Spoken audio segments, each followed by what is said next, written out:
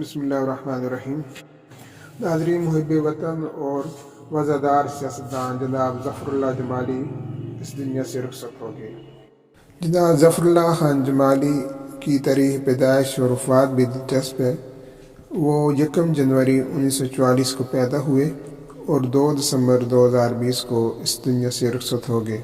وہ بلوچستان کے ضلع جعفر آباد کی تحصیل ڈیرہ اللہ یار میں پیدا ہوئے تھے اور ان کے گاؤں کا نام رجان جمالی تھا۔ اپنے پیچھے 4 بیٹے سوگوار چھوڑے ہیں۔ جناب ظفر اللہ خان جمالی 1977 میں پہلی مرتبہ بلا مقابلہ صوبائی اسمبلی کے رکن منتخب ہوئے تھے اور اسی موقع پر انہیں صوبائی وزیر خوراک بھی نامزد کر دیا گیا تھا۔ انہوں نے پنجاب یونیورسٹی لاہور اور ایچسن کالج لاہور سے بھی گریجویشن حاصل کی۔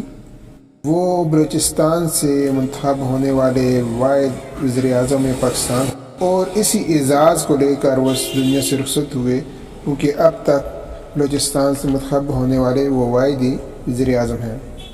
وہ وفاق کی علامت بھی تھے، وہ اس طرح سے کہ وہ اردو، سندھی، بلوچی اور پنجابی، پشتو اور انگلش پر بھی عبور رکھتے تھے۔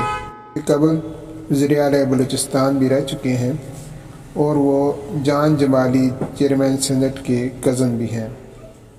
اسی میں وہ بلا مقابلہ MNA بنے اور اس کے بعد آنے والے الیکشن میں بھی وہ MNA اور MPA دونوں کا اعزاز منتخب ہونے کا انہوں نے حاصل کیا۔ وہ پاکستان کے 15ویں پرائم منسٹر تھے اور 2002 سے لے کر 2004 تک وہ وزیر اعظم رہے، لیکن بعد میں صدر مشرف سے ان کے اختلافات کے باعث انہیں وزارت عظمیٰ سے مستعفی ہونا پڑا۔ قبل نواز شریف کے سابقہ دور میں جب قومی اسمبلی میں ختم نبوت کے خلاف سازشیں کی گئیں تو اس موقع پر بھی انہوں نے احتجاجاً استعفیٰ دے دیا تھا اور یہ کہا تھا کہ میں 37 سال سے روزہ اقدس پر حاضری دے رہا ہوں اور ایسی حالت میں کس طرح میں اسمبلی میں دوبارہ جا سکوں گا اور روزہ اقدس پر کس منہ سے میں حاضری دوں گا جبکہ قومی اسمبلی میں ختم نبوت کے خلاف سازشیں ہو رہی ہوں۔ اس طرح یہ مجاہد ختم نبوت بھی کہلائے۔ انتقال کی خبر افواہ 29 نومبر کو بھی ہوگی تھی جبکہ وہ داخل ہوئے تھے، لیکن یہ افواہ اس قدر مشہور ہوئی کہ صدر عارف علوی نے اس پر تعزیت کا اظہار بھی کر دیا تھا ٹویٹ کی صورت میں، لیکن بعد ازاں انہوں نے اپنا ٹویٹ معذرت کرتے ہوئے واپس لے لیا تھا۔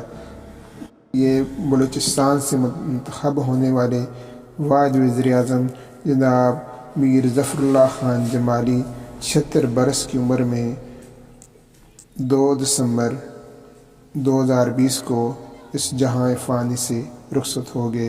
اللہ تعالیٰ ان کو اپنی جوار رحمت میں جگہ عطا فرمائے۔ انا للہ و انا الیہ راجعون۔